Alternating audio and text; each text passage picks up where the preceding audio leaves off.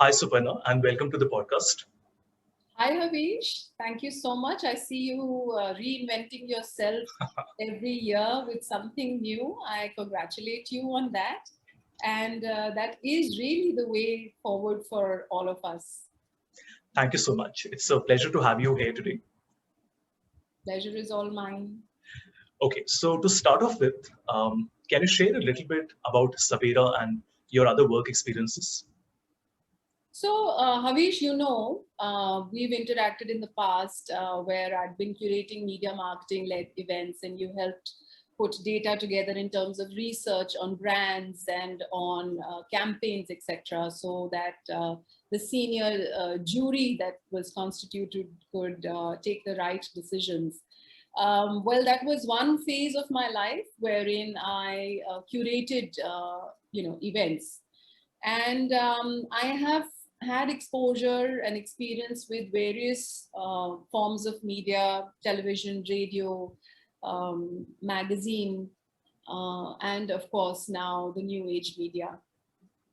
So I also realized that I've had a kind of a pull towards development issues, and I was the India correspondent for Radio Netherlands Worldwide for a brief while.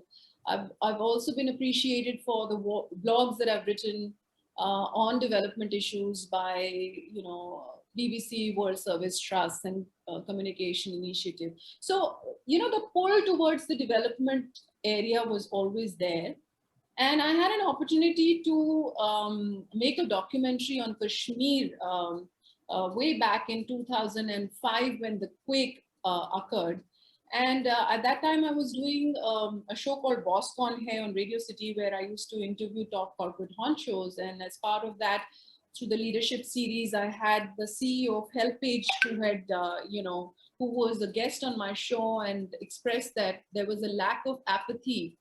Apologies. There was complete apathy as far as the media is concerned towards the victims there in Kashmir, because some of them were literally lying under the rubble, but we didn't know their plight because none of the media wanted to cover it.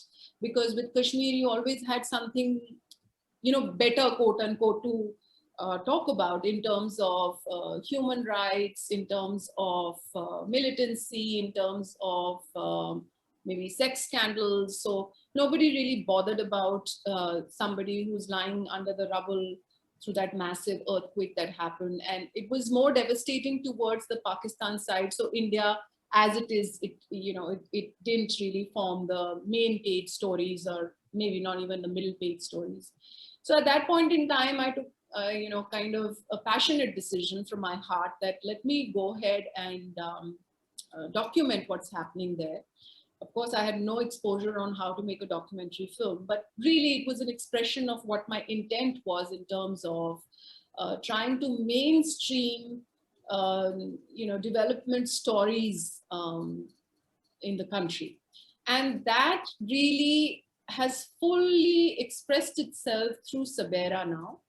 And for the past 3 years, we've been highlighting stories of change, stories of literally good. That's about it. Irrespective of whether you're a large organization or you're a not-for-profit or you're an individual, it is very important to highlight these stories of change, these stories of goodness, which are in abundance in our country.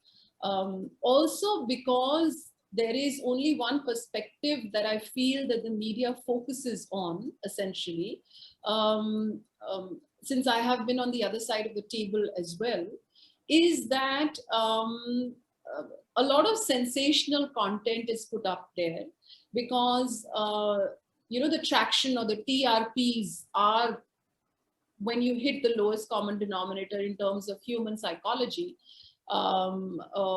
wherein a lot of negative aspects come to the fore, and it does an extreme disservice to the actual good which is happening across the country.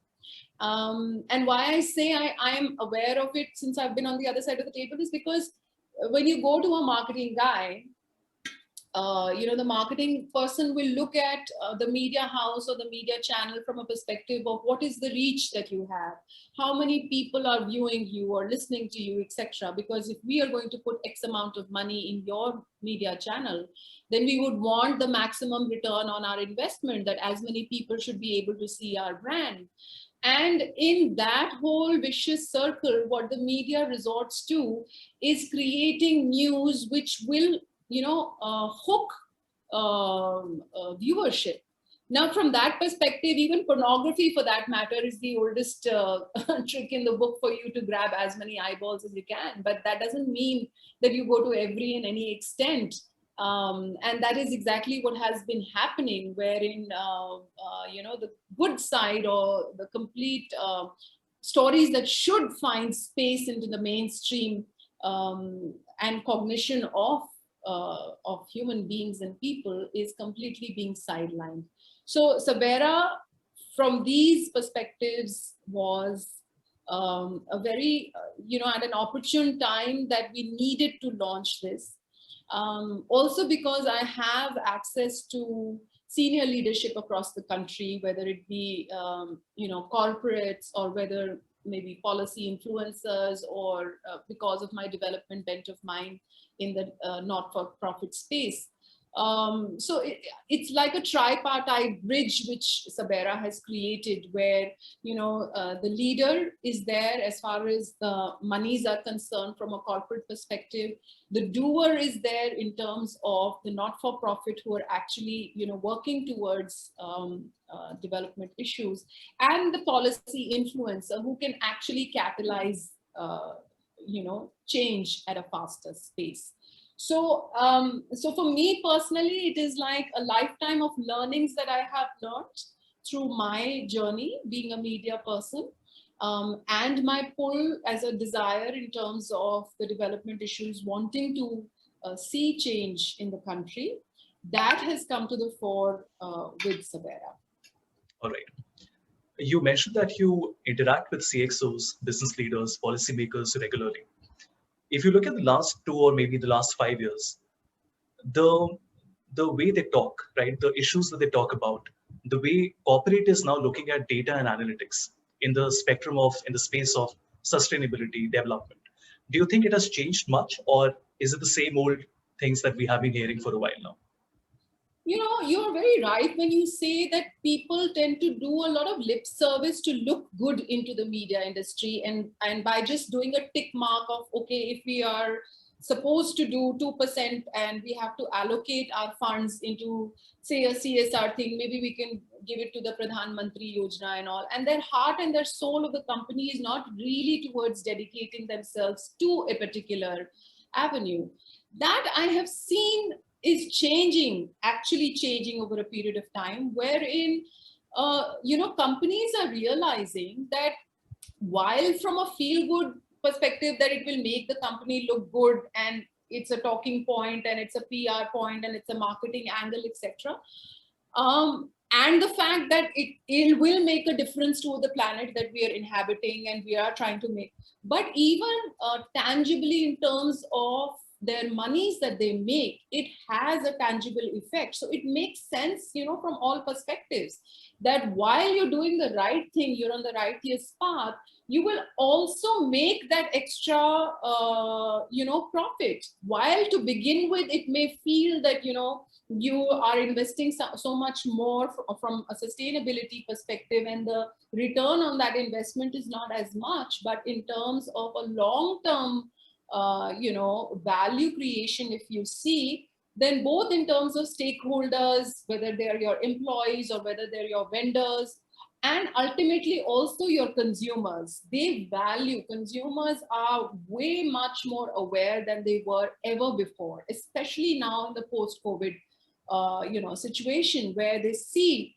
that you cannot take nature for granted. There is going to be a repercussion, and we have something. It's almost like, if you want to see it, it's so easy to understand the cause and effect, wherein something which we took so much for granted in terms of just breathing or oxygen was the only reason because of which so many lives have been lost. So you can't take these things for granted anymore.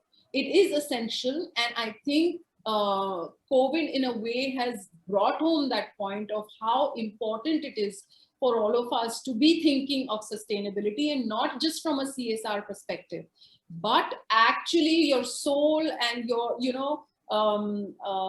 corporate boards are now deciding how their company should be from an environmental, from a governance perspective, ethical practices, all of that has really become center stage. It's not Right. just a tick mark anymore.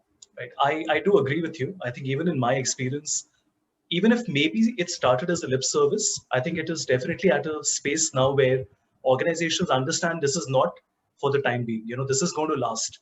And going forward, both to external and internal stakeholders, having sustainability at your core is super important. I see a lot of tech firms where employees will just go on the streets to protest. Google employees do it, Facebook employees do it. And that's great, right? Because employees usually never had much of a say. You would only have external influencers who might comment, and the media might comment on something wrong that you're doing. But the fact that employees also are being empowered, right? And the organizations are allowing employees to take a stand. I think that's for good, right? Where all stakeholders are working together. Absolutely, absolutely. We were discussing about the golden principle that Simon Sinek had proposed a few years back, and he essentially talks about your employees or your customers or your vendors or all your stakeholders, if you can hook them cognitively in terms of believing in what you're doing and why you're doing it. While most companies talk about how they do or what they do, but very few of them know why they do, and if you can delineate that why, that we are doing, say, for example, we were discussing about even Apple, that they are looking at doing or creating products which are beautifully designed, whether externally or internally. And even if it is, it costs them so much more to put in a screw of a particular design, which is not even going to be visible to the end consumer, but that is a part of their ethos, that we believe in beautiful design. And that kind of sells to the consumer. They have that long-term commitment from the consumer, and how they have actually utilized this in their marketing campaign, their initial marketing campaign, wherein they speak about that we stand for people who do things differently, whether it be a Martin Luther King or whether it be a Mahatma Gandhi, somebody who can challenge status quo and believe in what they do, like Havish. Havish believes in numbers and believes in data and is completely very passionate about it, and will go that extra mile, whether it is expected of him to do that also or not, but he does it purely for the love of the science. Right. Okay. I want Makes to me roll feel good, back. right? So I now want to roll back a few years, and you and I have worked on several editions of the Pitch CMO Summit, Pitch Top 50 Brands. And we had many jury chairs, we had different jury members. And when I look at measurement metrics that we usually looked at numbers for, we realized that they were both non-measurable and measurable metrics. And different jury members had a different take on looking at data, whether it's an objective measurement for um, assessing the success of a brand or a CMO of an organization. So having been witness to many of these discussions, what is your take on that? Yeah, so I think that, from a data perspective, if you asked me, and then we'll go into specific examples, I want to kind of also bring in at this point in time my study over the past decade or so on the ancient Indian philosophy. Philosophy, because there's a lack of any other word that explains it, but Shastras. Shastras are not necessarily philosophies, they're actually a path to unravel the truth, the ultimate truth or knowledge. And one of that is Sankhya Shastra, which was propounded by the Rishi Kapila. Now, Sankhya, as the name suggests, is about number, right? It's about numbers. It literally in 25 steps, it describes the entire existence, जिसको हम तत्व ज्ञान कहते हैं. तत्व ज्ञान के literally 36 steps होते हैं, which reach literally up to the unfathomable, the Adi Shakti, that you can't describe, you can't, because she is everything and she is nothing, and it's all that you've experienced and all that you've never experienced or can't experience. So all of that, from the limitation of a human perspective. So in that also, the way to realize certain truths, you have to also look at evidence-based truths, and there are three important evidences that Kapila Muni had propounded. One was Pratyaksha Praman, which is of something that you see. One is Shabd Praman, which is the evidence of the word of somebody learned in that particular field or knowledgeable in that particular field.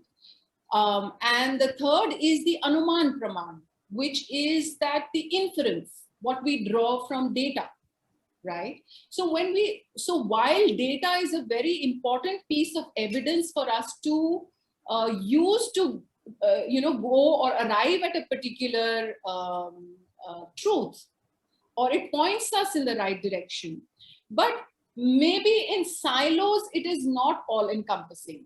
It needs to be supported by either a Pratyaksha Praman or somebody who has been in a similar situation who can share their experience, or by Shabd Praman, again, somebody who has the authority on that particular subject and the know-how and the wisdom and the knowledge that can be shared. So any one particular form of evidence may be incomplete, and it has to be supported by the other forms of evidence.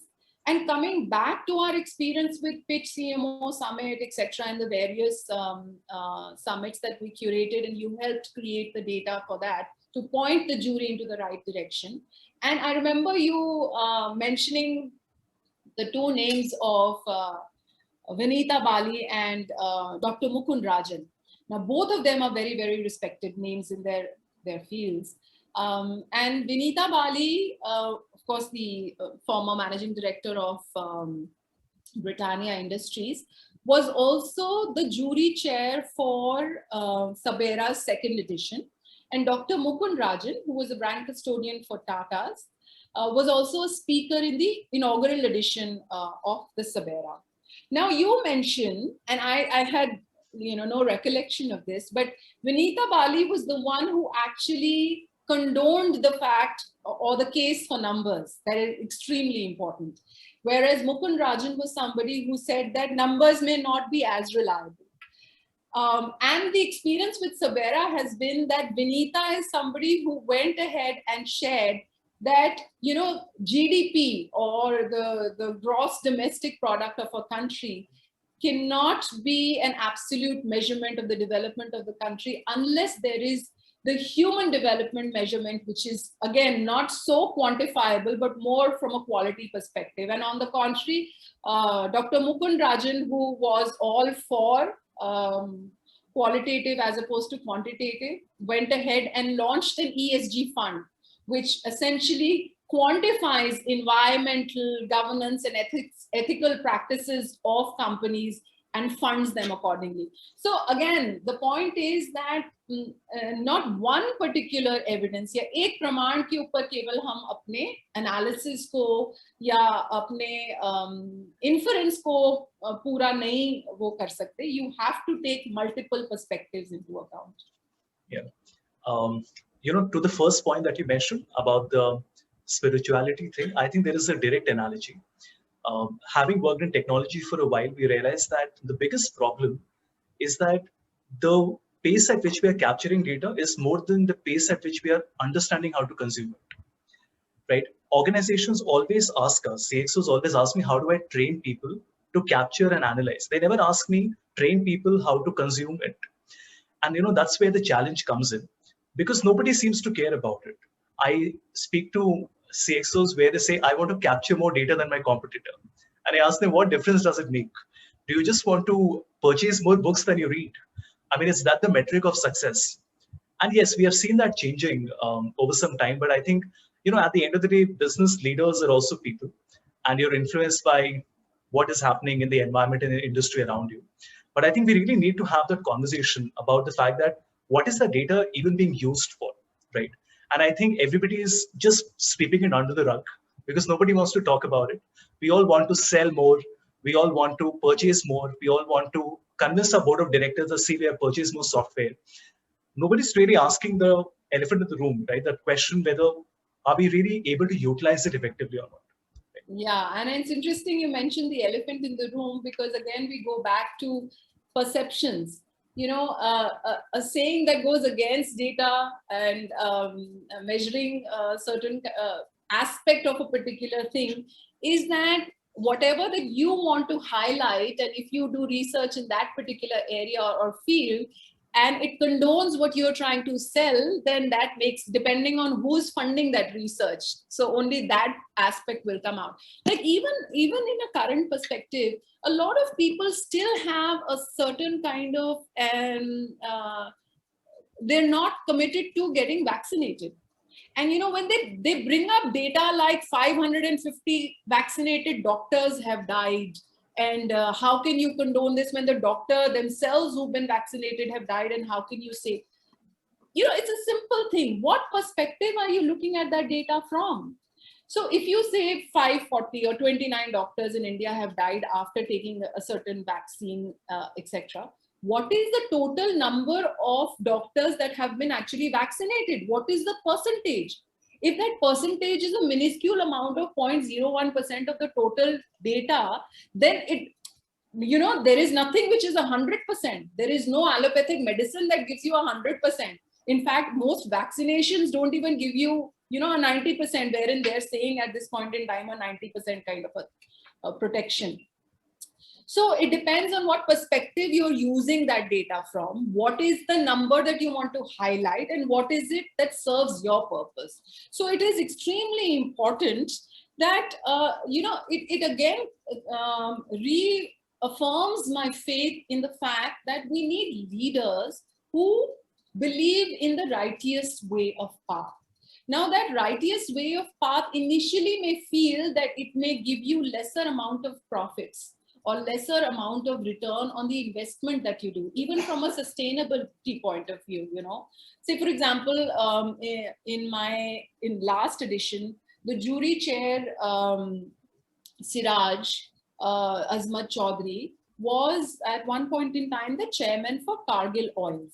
Now, he is a person who has now since then been, of course, acknowledged publicly across the world, is someone who introduced the fortification of oils.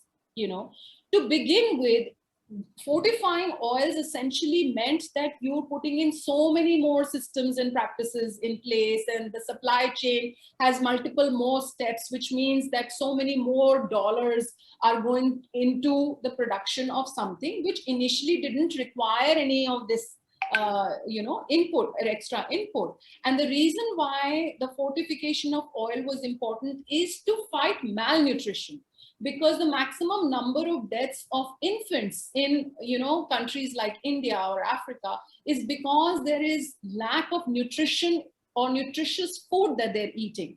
So when you fortify an oil, you're essentially saying that, okay, certain vitamin A, which gets absorbed in fat, is essential and we should fortify it, and various other things.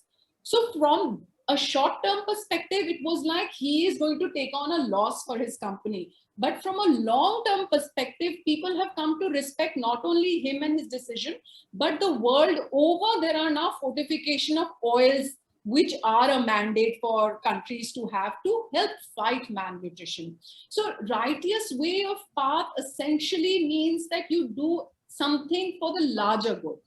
And again, drawing from the wisdom of ancient texts, they always propound that whether it is fame or whether it is fortune, if it is achieved from unrighteous means, they will soon enough fizzle out, and if they are achieved from the righteous way of path, they are the ones that will give you a well-balanced and happy life, not only from a material perspective, but also from a completely contentment perspective and a fulfilling perspective. So I think, you know, you reach out to a lot of students who are obviously very, very intelligent and who will go ahead and lead companies. It is very essential for them to keep their idealism intact, because I feel when you're young, you're very idealistic and you want to be able to do good things for the world. And it's only when you grow up further and because of circumstances, because of XYZ, you tend to leave that idealistic way of life somewhere behind. But I think it is essential that, you know, as students, they continue to that idealism in the right way. But idealism also doesn't mean that you become an activist and start blocking roads, etc., and all of that. It is very important to have an all-round perspective. You know, like the elephant in the room. Again, an old fable. If you look at the 5 blind men next to the elephant, one touches the tail, one touches the ear, one touches, you know, the trunk or the tusk, and everybody says the tail feels like the rope, the tusk feels like, you know, a sharp object or a weapon, the ear feels like maybe a fan. So, and unless you have multiple perspectives, you will not know exactly that this is an elephant. Same thing with data, and same thing with everything in life. One must take a balanced perspective and view from all, then take a decision accordingly. Right. You know, when it comes to business school students, having been an educator for many years, I have realized that students are very wary of taking risks. You know, everybody asks me, which is that one correct path to take? And I tell them that despite being in the area of data for 15 years, sometimes I don't know if I'm doing the right thing. You know, you run with it. What you feel is appropriate at that time, you stick with it and you make the most of it. And you remain nimble, you keep your eyes and ears open, and you pivot as and when necessary. You know, but this fact that students are so cautious about the fact that, is this the path I should take or is that the path? I just feel I passed out from my MBA in 2009, and, you know, in the course of these 10, 12 years, things have changed so much. So why is there, you know, so much risk aversion? And, you know, how should students really feel more comfortable and realize the fact that life is a journey? You know, it's not a goal. It's not a target that, oh, I have to earn a certain amount of money or I have to turn 60.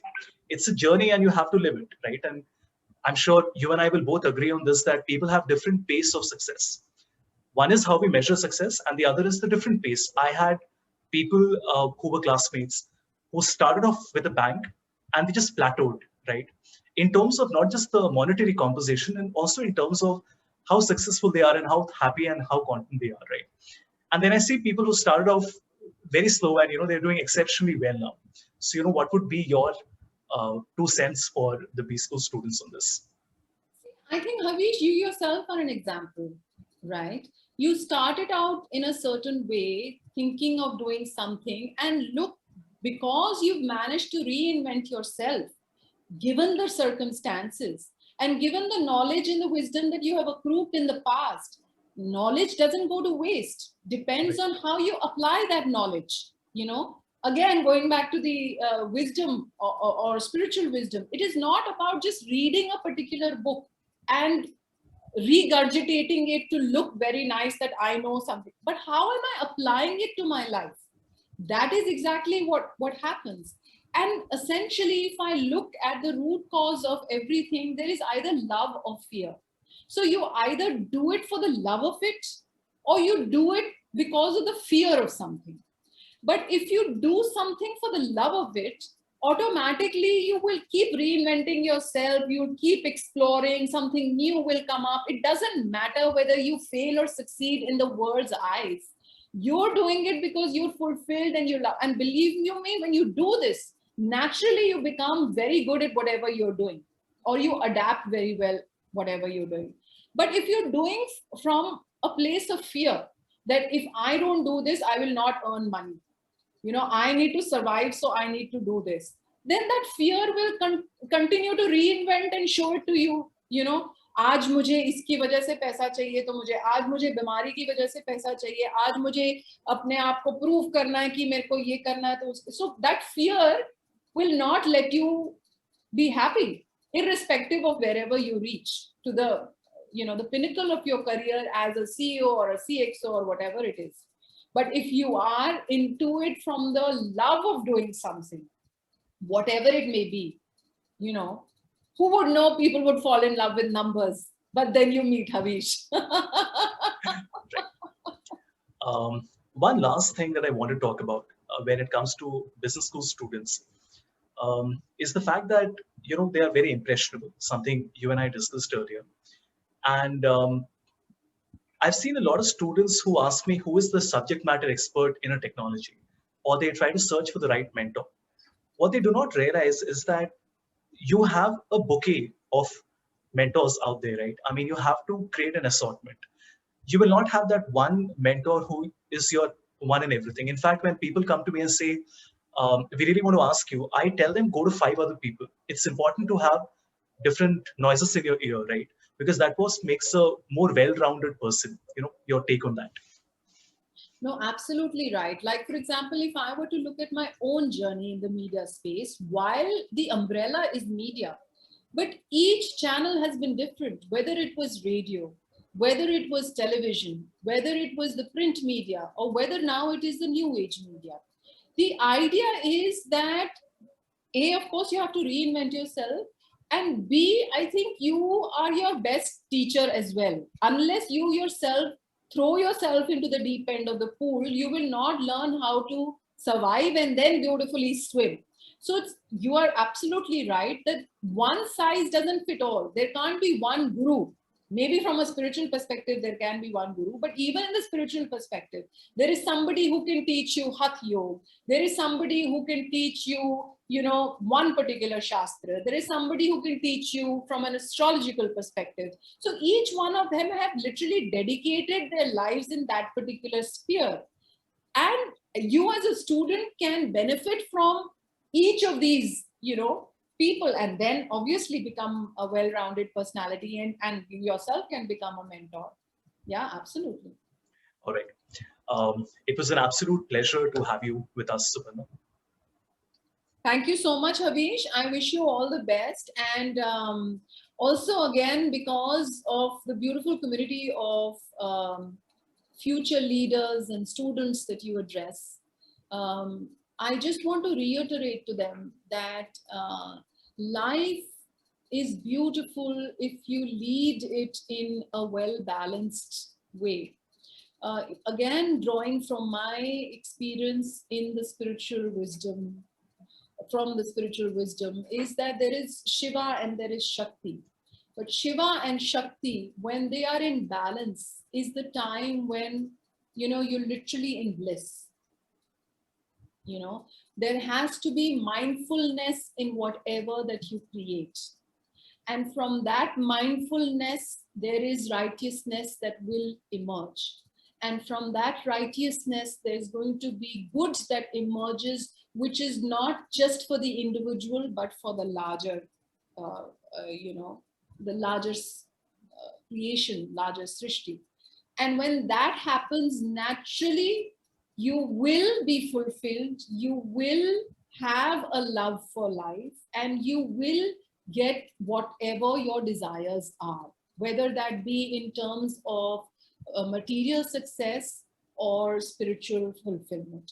So be ready to take on maybe the short-term loss that the path of righteousness poses to you, because for you to be on a long-term path of fulfillment, happiness, and success, you have to be on the righteous path.